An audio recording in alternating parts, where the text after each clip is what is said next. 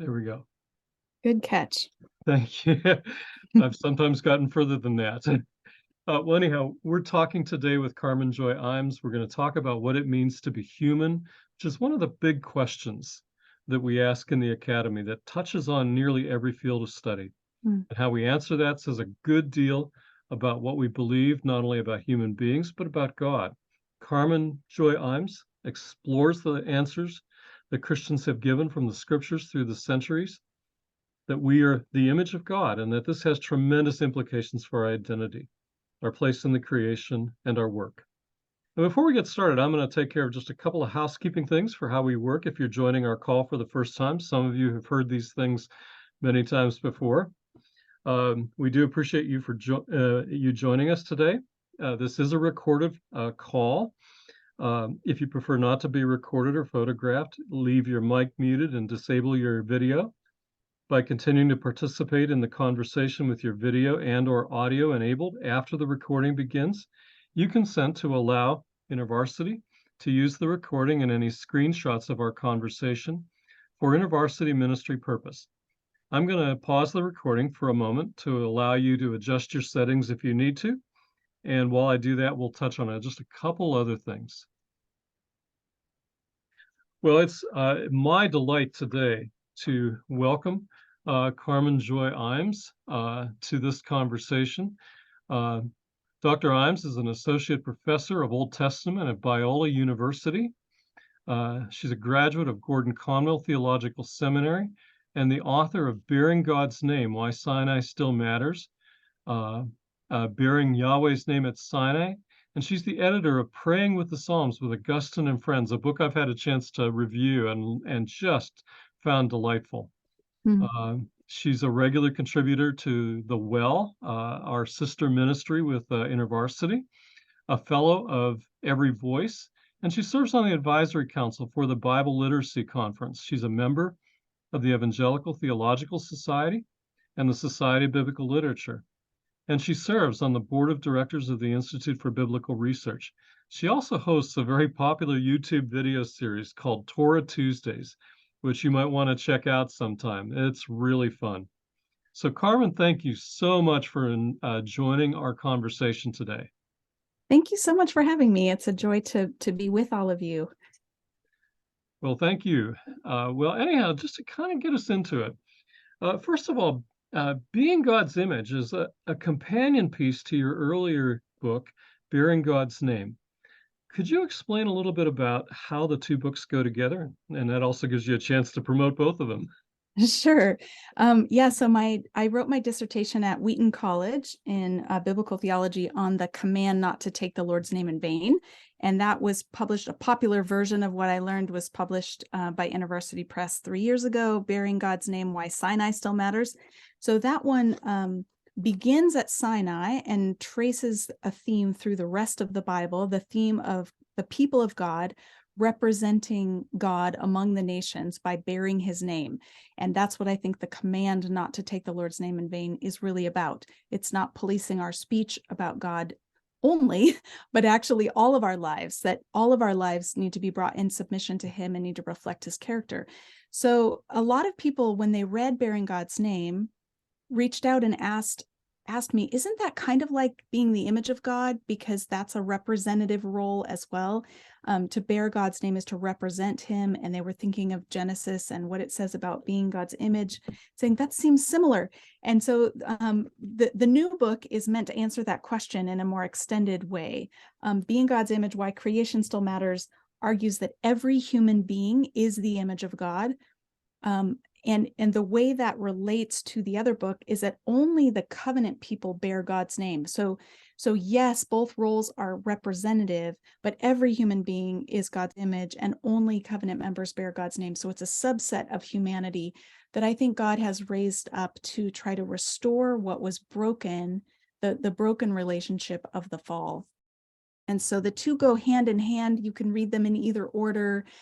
You can read Being God's Image up to the halfway point and then read Bearing God's Name and then finish if you want. Like it's a choose your own adventure.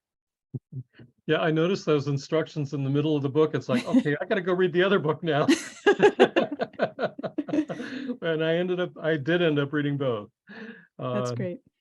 in the beginning of the book, you have an extensive sidebar proposing that it's better to say that we are created as God's image rather than in God's image, which is how we commonly translate the phrase. Yeah. Can you explain that distinction and what, at least in brief, it means to be God's image? Yeah, uh, I'm swimming upstream here in suggesting that that we need to adjust the way we talk about the image of God. And I realize that this is so deeply entrenched.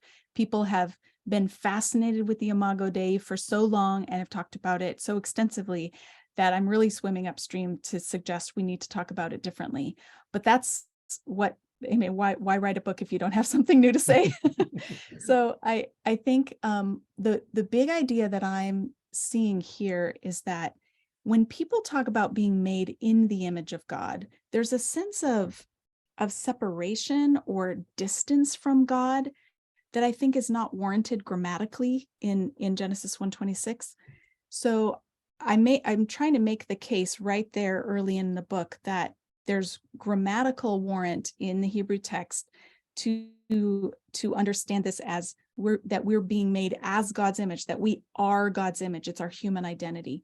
And the reason why the grammar matters is because the conversation about the image of God has for so many centuries been tied up in human capacity or human function.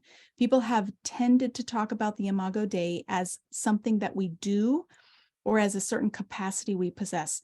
For example, we have a capacity for moral reasoning or for rationality in general or for relationship.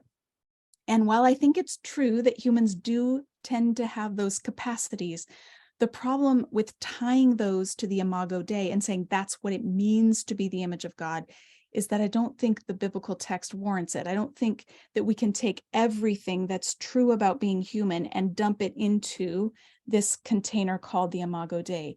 I wanted to limit myself to what does the Bible actually say about the Imago Dei by a close reading of Genesis, and then tracing that on into the New Testament where the phrase image of God comes up again.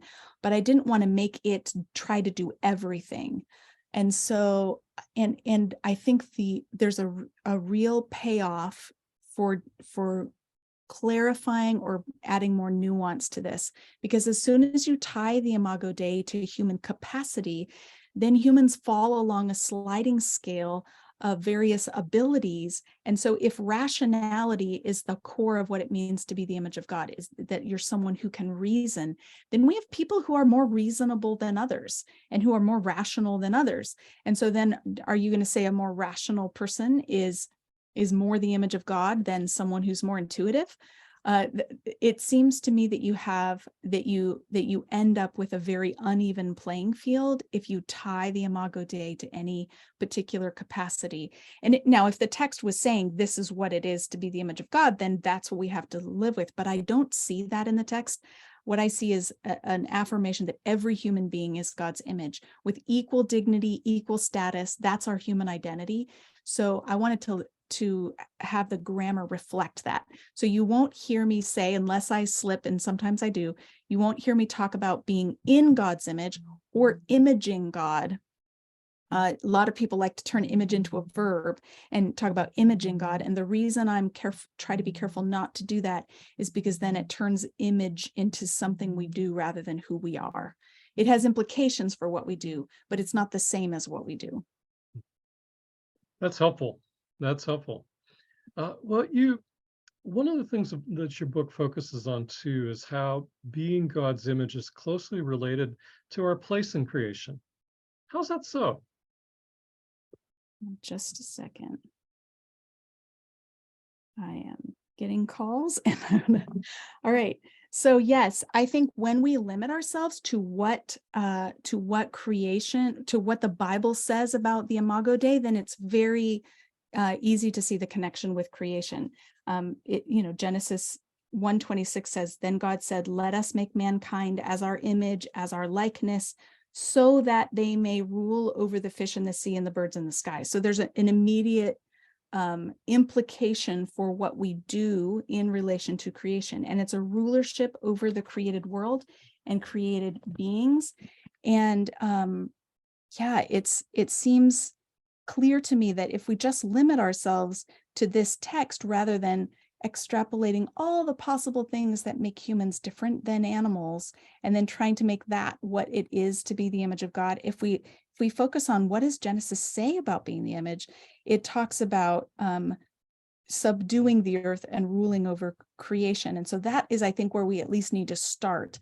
I'm not saying that this is all of what it means to be the image, or that the vocation that we have as God's image is completely captured by this. I think in some senses there's an indeterminateness or an openness to more expansion of our vocation as the world develops. But I think at its core, creation is where it all starts. Mm-hmm. Our rulership over creation. Mm-hmm. Well, you're right about the early chapters of Genesis quite a bit in the early chapters of your book. Some wonderful material about cosmology and other creation narratives and so forth. So just a great resource. You know, those chapters have been a great source of contention, the chapters in Genesis, that is, vis-a-vis scientific understandings of beginnings, and even among Christians who read those chapters differently. What would you say are the most important things that you think Christians should be drawing from the early chapters of Genesis? Yeah, these chapters are a battleground. We have some scientists on the call, so you know exactly what I mean. They've been a battleground of conversations about how God made the world. And I actually think what's clearer in Genesis 1 and 2 is why God made the world than how. And so I'm asking my readers, wherever they fall on the spectrum of views on the origin of the earth, to set that aside long enough to consider why God made the world, because I think that's the clearest question that this that the biblical text is answering for us.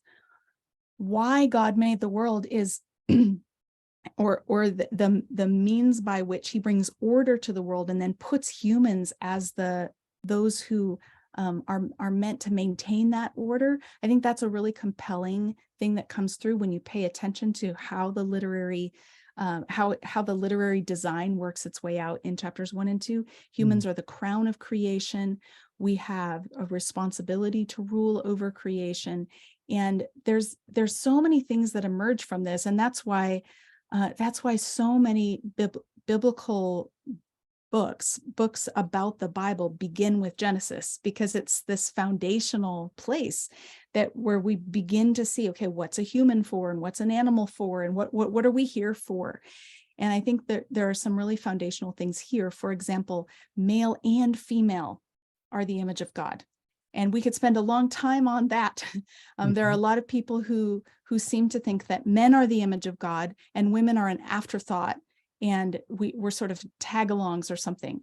And Genesis 1 is really clear that male and female are equally God's image, and that an image is supposed to rule over creation, which means male and female, men and women, are supposed to rule over creation. So many implications here. I want to move to the question of, thinking about human rebellion. We have this intention of God for human beings, and you write a lot more about questions of biological sex and so forth, and how we understand that. You have quite some quite important things to say there, and perhaps we'll come back to those in the Q&A, audience Q&A some more. But when you write about human rebellion, you say that you speak about what was not lost, what was lost, and what we keep losing. Would you say more about that? Sure. Yeah, I think one of the things that prompted me to write this book was a message that I heard many years ago, maybe back in 2009, by John Kilner, where he's an ethicist who teaches at Trinity Evangelical Divinity School. He gave a plenary address at the Evangelical Theological Society meetings, in which he argued that the image of God is not something that's lost or diminished or destroyed at the fall. And that was new. That was a new thought for me, because I'd heard so many times that that, you know, we're made as God's image or made in God's image, and then that is somehow lost in chapter 3, or at least it's diminished, or it's cracked or fractured, or it's, you know, pick your favorite diminishing adjective. And so he convinced me that the biblical text actually doesn't say anything's been lost. To me, the clearest proof of that is in Genesis 9, where which follows the flood. So the flood is over now. Noah is out of the ark with his sons and daughters-in-law and all of the animals. And God blesses them again, saying, be fruitful and increase in number.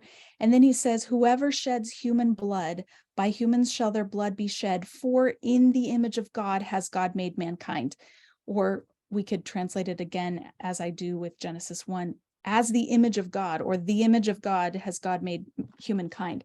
So the basis for the prohibition of murder after the flood is the fact that humans are God's image. And if humans are still God's image after the flood, then we haven't lost that despite the fall and despite the flood.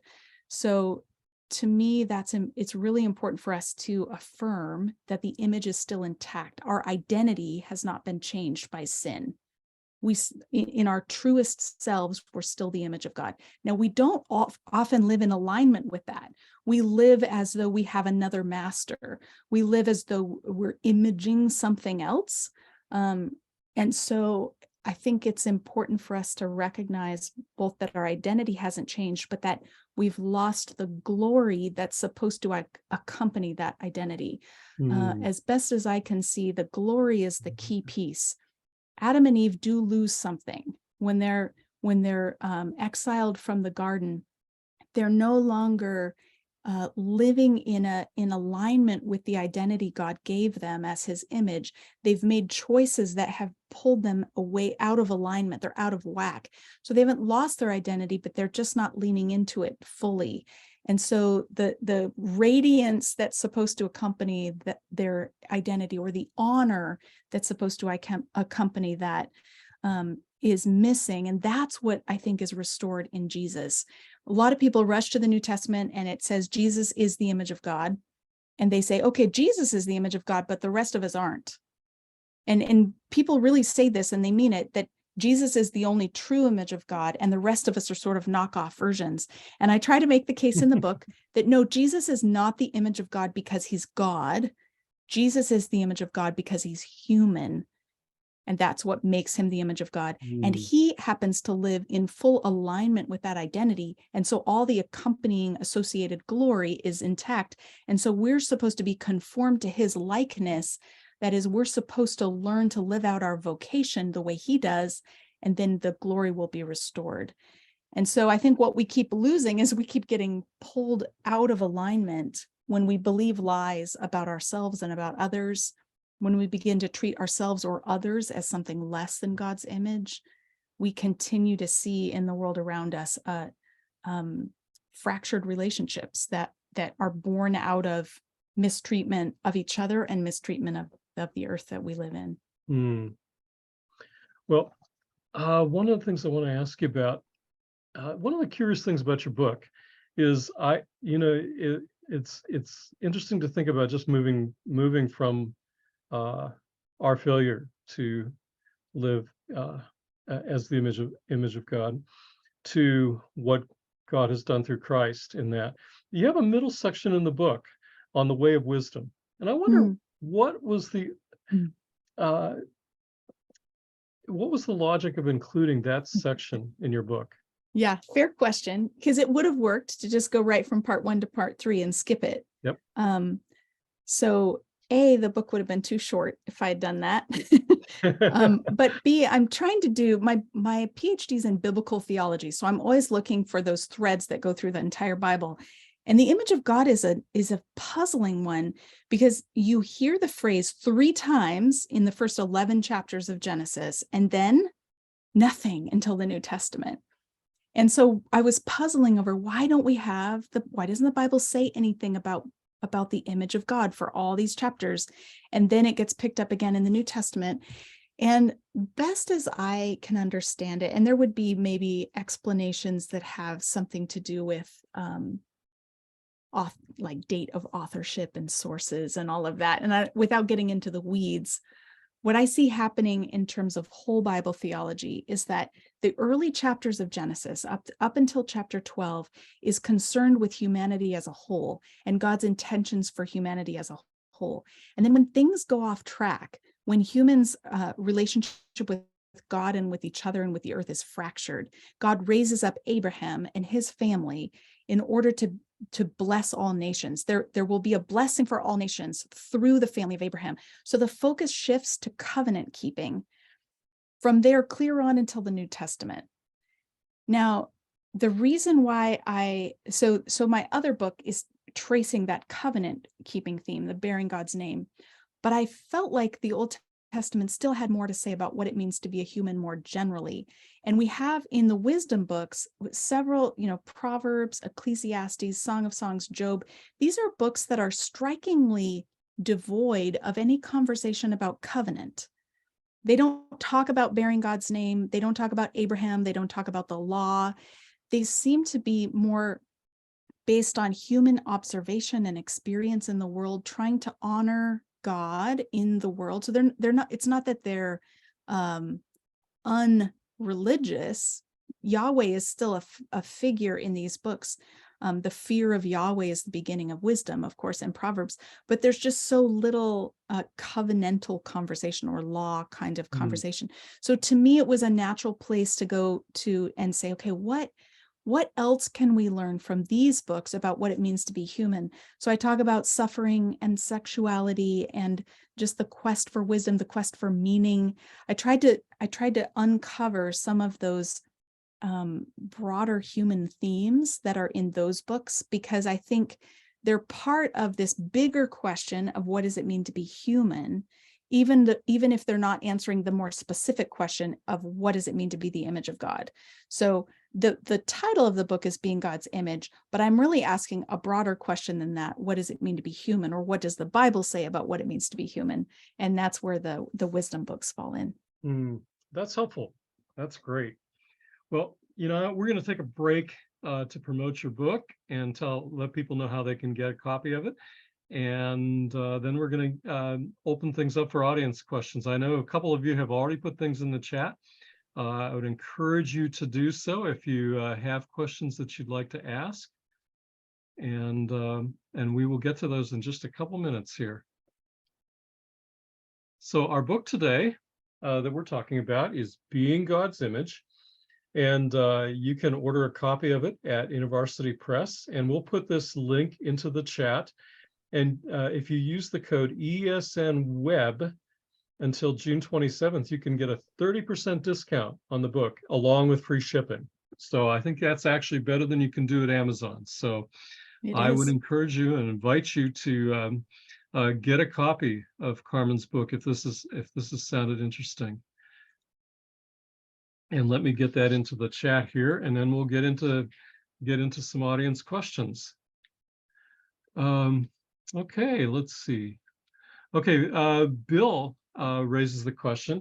He says, is it fair to say that more than characteristics or functions, the Genesis emphasis is more narrowly focused on our role? I'm thinking of John Walton's discussion of filial representation as one way of naming the role we've been given to play in God's cosmos.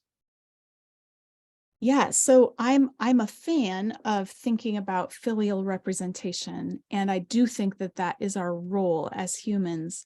I'm still hesitant to say that our role is what it is to be the image of God, because then because we go through seasons of life where we're more or less capable of actually doing things in relation to that role. And I want to be careful to separate the role from our identity. So I think a really strong case can be made that the image of God is our human identity, that it has implications for our role, that it comes with an attached role, but that if somebody is not fulfilling that role, they don't cease to be the image of God. So the example that usually comes to mind first is if I was in a tragic or a devastating car accident later today, and I was in a coma, that would not have any impact on my status or my identity as the image of God. It would severely impact the role that I can play, or my ability to carry out the role of ruling over creation. But I haven't lost my dignity or sense of worth. So that's why I think it's important to separate between the two. But I absolutely agree with Walton here that there is a representative role that comes along with the territory. And Richard Middleton consistently uses the word implication to get there. And I like how he does that. We are the image of God, and the implication is that we play this role in creation. Great. Kimberly, who's one of our ESN book club members, raised the question, do you see any connection between God breathing the breath of life into man in Genesis 2:7 and mankind's being the image of God? Yes, I do. I think what's really striking to me about, as I've leaned into this question of what is the image of God, what does it mean to be the image of God, is the idea that's so countercultural that comes from it, that who I am is not self-determined, but it's determined by the God who made me. And so God breathing his breath into me means that my life doesn't come in and of itself, but I'm dependent. It's derived on God, derived from God. And I think that's really essential for us to wrestle with in our generation, where the emphasis on expressive individualism, self-determination, self-actualization is so deep-seated. We have a hard time imagining someone else telling us who we are. But that's exactly what the Bible is telling us, that God says who we are, that my identity is not found in myself, but is given to me by the God who made me. And I think that God breathing his breath into Adam's lungs is a beautiful picture of that dependency and how everything comes from God. And then, of course, we have Jesus after the resurrection breathing on his disciples. And I think that reactivates the image of he's recognizing them as the image of God, and he's inaugurating a new creation kind of life by breathing on them and giving them the Spirit. So yes, and I didn't talk about this earlier, but in chapter 5 of Genesis, we get the phrase image of God again in relation to Adam and his genealogy. And it talks about his son Seth being in his likeness, just as he's in God's likeness.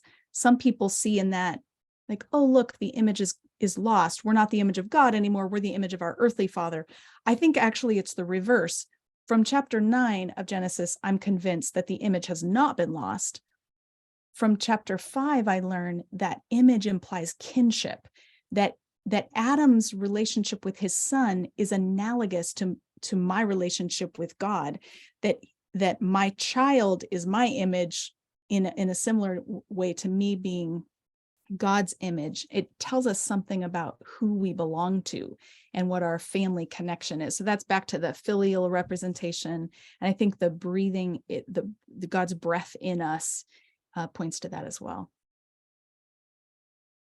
Josh, who's another one of our book club members, raises a great question. How would you suggest we understand who and what we are in Christ, adopted, chosen, a royal priesthood, etc., which is often said to be our identity in relationship to our identity as the image of God? Oh, good question. One of the questions that came up for me as I was writing this book is, how can I talk about the Imago Dei as family or kinship when the New Testament talks about adoption as sons, as if we need to be adopted? We're not already sons. And so I have a couple of thoughts on it. First, I think that different biblical authors can use metaphors in different ways, and they don't have to be meshed together. Like, this can be two different conversations telling us two different things that are true about us on another level. Like, we don't have to, they don't have to align in the same metaphorical world or concept. But I do think there's a sense in which in Genesis, we find out we're God's children, but then we don't live like it. All through the Old Testament, there's a broken relationship, to the extent that it's as if we need to be adopted. Like we're so estranged, there needs to be a special ceremony to restore the relationship. And so I'm thinking of Hosea and the names that Hosea gives his children, which are all metaphors. And he names his son Lo Ami. God tells him to name Lo Ami, not my people, or my no people. And then he says he's going to adopt them again, and they will be called my people. So there's a sense that like this is actually his physical offspring, but it metaphorically represents the broken relationship, so that to the extent that they'll have to be adopted again. And First Peter picks up that metaphor in First Peter 2:10, I think it is, just after he's activated all these covenant titles to describe a church made up of both Jewish and Gentile followers of Jesus. He's called them treasured possession, kingdom of priests, and all of that, royal priesthood. Then he says, once you were not the people of God, but now you are the people of God. And so he's talking about this adoption moment wherein Gentiles who never were the sons of God are being made the sons of God. Then I go back to the Imago Dei and say, well, maybe they actually were the sons of God and they're being readopted, just like Hosea describes with his children. So I think there's this beautiful pastiche of images, and it's okay for them to kind of be multivalent. And yeah, when we're restored in our relationship with God, again, the glory is restored, and the relationship functions the way it ought to, which is a beautiful thing. Mm-hmm. Let's see. Sam had another. Sam, who's another one of our book club members, writes, you write about being physically embodied, being an important part of being God's image, with Jesus being the prime example in the New Testament. It seems to me we don't usually think of God as physically embodied in the Old Testament, but in Genesis 3, it says God was walking in the garden, as if God had legs. Do you have any thoughts about this? Yes, I have thoughts, some of which would probably get me in trouble. I don't know. So I think the first thing to say is that the reason why God has images in the Old Testament is to mediate his physical presence. God, in a sense, I don't want to say God can't do anything, but God cannot or chooses not to be physically present everywhere all at once. And so he chooses humans to physically represent him. So I talk in the early part of the book about how the word image in Hebrew, tselem, is actually something concrete and physical, like the idol in a temple. It's the same word used for idol elsewhere. So God creates the earth, the world, as a cosmic temple for glorifying himself, but then he doesn't put an idol in his temple except for humans. He makes humans, and we are the physical representation of his presence. We mediate his presence to the world. So we are, in a sense, God's body. And the New Testament authors pick up on this by calling us the body of Christ, and we work together to embody his presence in the world. So we can say that, but the question you ask about God's legs is a fair question. There are a lot of places in the Old Testament that speak about God's arms, his nose, his eyes, his hands, his legs. There are some parts of God that don't get any attention, but other parts that get a lot of attention. And so the classic question of theology is, does God have a body? And I'm not a classical theologian, but I think sometimes these classical questions, or the categories that classic theology gives to God, like God is spirit, not body, I think sometimes get us into trouble, because the biblical text describes God in other ways that can't be accounted for. So I think the classical answer would be, this is all metaphor. To say that God's walking in the garden is a way of accommodating to human speech what is hard to describe about God. So if God's spirit is moving throughout the garden, we're going to say walking, even though he doesn't have legs.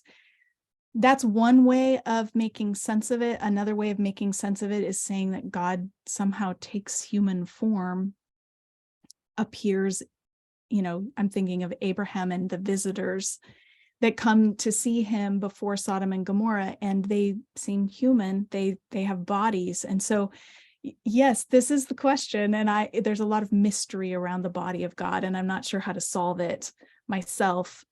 I just tend to be suspicious of these totalizing statements about God's omniscience or whatever, when I see all of these biblical passages that seem to describe God in other ways, more grittier ways. So as an Old Testament scholar, I can't let go of those passages so easily.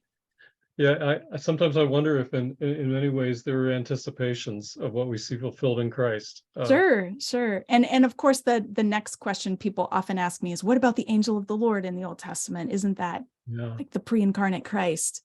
And my very unpopular opinion answer to that question is, no, I don't think it is. Because if the angel of Yahweh is Christ incarnate before the incarnation, I feel like we diminish the incarnation. There's something really important that happens when Jesus comes through the body of Mary and gets pushed out into the world. He experiences the growth of as an embryo into a human being, and who walks around, and so I feel like to say that he's already there as an adult male wandering around in the Old Testament just doesn't quite work. I think the reason why we get angel of Yahweh passages that sound so much like, but the angel is Yahweh, is because an angel is a messenger. So the things they speak on God's behalf. So they say, thus says the Lord, or they say, I. And so then it sounds like God's talking, and that's because they don't have a message. They're bringing God's message. So there's a bit of a blurring of the line between the angel and Yahweh in the Old Testament because of the angel's role as messenger, not because the angel is Yahweh. That's my take on it. But I realize I'm in the minority on that.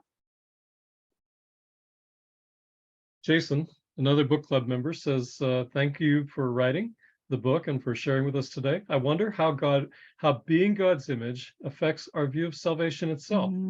For instance, some expressions of total depravity might suggest that there's absolutely nothing we ourselves could do to restore our relationship with God.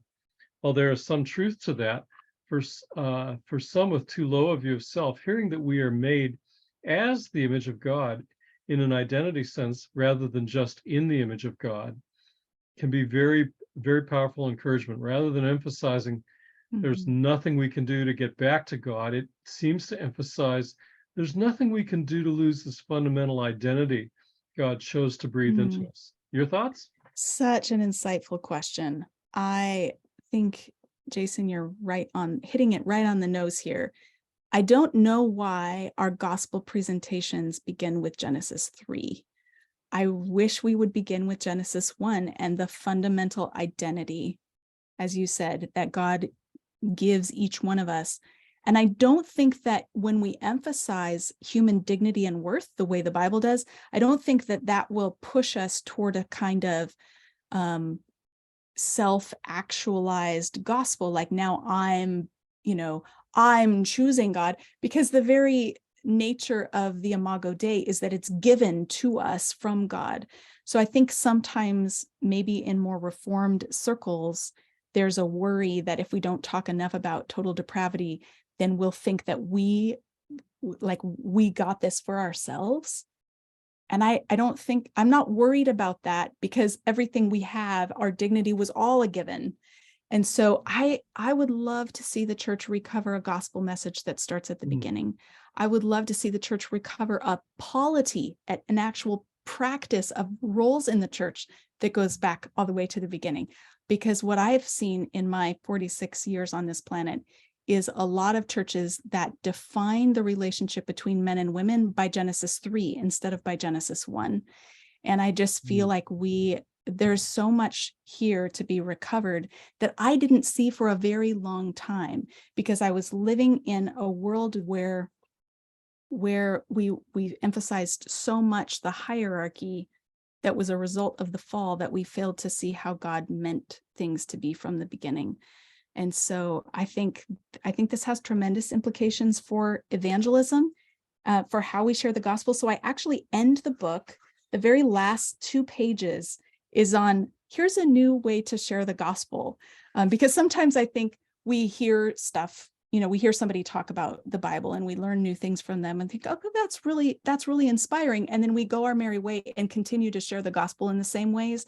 We have these tropes that we turn to, if you ask Jesus, you're a sinner, Jesus died for your sins. If you ask Jesus in your heart, you can go to heaven when you die. And that version of the gospel is so anemic and misses so much of the story. It misses our bodies. It misses God's vision for creation. It misses the fact that we're brought into a family when we express faith in Christ. So yes, we're sinners and we need saving, but there's a lot more to the story than that. And so I sketch out what I think we need to include when we are sharing the gospel. And I hope it inspires a lot of children's pastors and teachers and parents to tell their kids a different story, a fuller story, because I think that's where it starts. We are told as kids this simplified, ask Jesus in your heart so you can go to heaven when you die. And then we wonder why the church has become so anti-environmentalist, because we've been telling a gospel that has nothing to do with this planet, even though the Bible gives us such a strong connection with creation from the very beginning. And then Jesus rises bodily from the dead and is ascended bodily and Paul tells us we too will be bodily raised. And somehow we miss that. We're so busy talking about going to heaven when we die that we picture our future as a disembodied future. And so that's what I'm trying to recover and trying to maybe put legs on the gospel again. Well, and one of the things you talk about in part 3 and the new creation as well. Yeah. And one of our book club members said, this whole vision of, going to heaven and floating on clouds and strumming harps and things like that. He said, he said, that sounds like another version of hell to me. Yeah. As a kid, I was never really sure why I would want that over what we have here. And I felt kind of bad about it, but I was like, Jesus, don't come back too soon because I haven't lived enough yet. Like, not because like there's a bunch of sin I want to commit, but like life is good and there's joy to be found in human society and in culture and learning and teaching. And I just wanted more of that. And now I realize that's what we have to look forward to is embodied community. And I think we'll learn in the new creation. Bob, we'll have time to read all the books that are behind you on your screen. We have so many much books and an eternity to read them, huh? Yes, isn't that great? But I think what maybe will be true is I used to picture, this is silly, but when I was in college, it bothered me that there were books in the library that contradicted each other and had different opinions. And I wanted somebody to just tell me the right answer. And I had this fantasy of taking a fire hose and hosing down the library, and all this stuff that wasn't true would just melt away. And everything that was like left would be solid. And so maybe that will happen. And so all the books will just have all the dumb parts disappear and the true parts will be there. I don't know. Wouldn't that be great? Wouldn't that be great? Hey, we have a few more questions here, but we need to kind of begin to bring our conversation to a close. So Carmen, I wanted to give you the opportunity for kind of a last word or summing up in terms of our conversation today in the book. And so have at it. Yeah, I mean, I hope that those on this call are inspired to think more deeply about human embodiment. One of the things I realized after I wrote the book is how much this has to say to the current conversations in our world about gender and especially the transgender question. But more broadly, just to the questions of self-actualization and self-determination. Is my true self what I think is true about me, or does my body have something to say about who I really am? And I sort of stumbled backwards into that, just trying to see what does the Bible say about the Imago Dei, and discovered that our bodies really do matter. They're not just a shell to be discarded. the question of how much we can or should manipulate them or modify them is a really interesting ethical question in our day. And there is not one easy answer, because there's a whole scale of there's just an endless variety of different ways that we can modify our bodies, some of which nobody bats an eye at. A knee replacement, of course. Gender reassignment surgery, that's a different question. And I think we need to wrestle well with these questions, and in a way that doesn't alienate any of our fellow images of God. And so sometimes these conversations become really polarized and hateful. And I think there's no place for that. Every human being is the image of God, regardless of what surgeries they've had, regardless of their gender identity, regardless of any ability or disability. We didn't talk about disability on this call, but that's something I dig into in the book. What are the implications of this doctrine for disabilities of various kinds, mental, physical, and otherwise? So I hope that everyone here, with their unique blend of expertise, we have people on this call who are scientists, who are in business, who are in education, who are in theology, like so many different fields, computer science. These are the things that I hope you're thinking about. I hope you'll take what I've done and then tease out the implications in your own line of work, because I'm not an expert in all of these things. I tried to be an expert in the Old Testament, and I'm sure sometimes I get things wrong, but this is the place where I feel like I have something to say.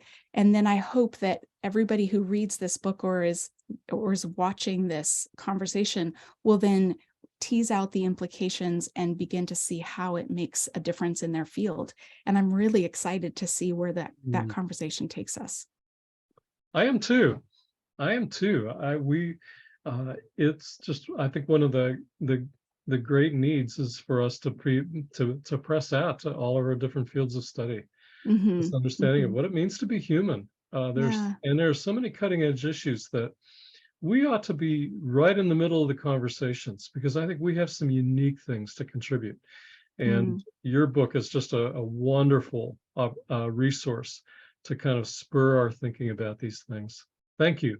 Thank you. Yeah, thanks for taking the time to have me on and for running the book club and inviting people to read it with you. Yeah, well, and I want to thank so many of the people who joined us today from the book club and came with those questions that we really talked good about. questions. So, yeah.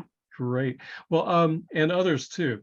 Well, we want to one more time take an opportunity to let people know about Carmen's book and the opportunity to purchase it. As I mentioned before, the book is Being God's Image, and it's available at ivpress.com/being God's image, God-S-image. And that link is in the chat, as well as the discount code. We also want to let you know about our next conversation. We are going to have this is actually maybe in some ways pressing out some of the things about being God's image, and that all people are God's image, and there's the opportunity for all to be God's children. We're going to be interviewing Terrence Lester, who has a book that actually just published today, All God's Children: How Confronting Buried History Can Build Racial Solidarity. And he writes about how many of our textbooks have erased important Black history and accounts of unjust systems. He tells powerful stories of courage and justice, pain and triumph, including the ones from his own history. He is a PhD in interdisciplinaries from Union Institute University, and is a minister, speaker, community activist, author, and founder of Love Beyond Walls, a nonprofit organization focused on poverty awareness and community mobilization. I'm really excited that he is going to be joining us in 1 month from today, actually, at 12 p.m. Eastern Time. And the link for registering for that conversation is also in the chat, and you can sign up for that today. Lastly, we want to thank everyone for joining us. We're especially thankful to Dr. Imes for taking out time from a busy schedule, I'm sure made busier by the publication of a new book and many appearances. We want to thank her for engaging with us and all of our questions. We want to thank all of you as the audience and for your participation, for your questions, for your being here with us. It's not a conversation without you being here. Finally, I want to just acknowledge University Press and Krista Clayton, who we work with on publicity for that, for helping us arrange this conversation and supporting us with book discounts and things like that. They help with some of our publicity as well. So we want to thank them for their role. This conversation was brought to you by the Emerging Scholars Network. And if you're not already a member of the Emerging Scholars Network, we would welcome you to join. It's free to join us. You just go to our blog site, blog.emergingscholars.org, and you can join us. And that connects you to all the different resources in our blog and our video series, our other webinars, our social media, and other special things that we're doing. You get a monthly newsletter that'll keep you up to date on all of that. Follow us on Facebook, Instagram, and Twitter at ESNIVCF. Also, you can visit and subscribe to our ESN channel on YouTube, where we have about 45 videos, and in a few days, this one as well will be up. So you can send all your friends who weren't able to make it today to go ahead and take a look. And that's youtube.com/ESNIVCF or at ESNIVCF. So with that, we're going to conclude our recording. And if Dr. Imes is able, we'll take a few minutes afterwards just to chat informally and maybe we'll get to a couple of those questions we didn't get to.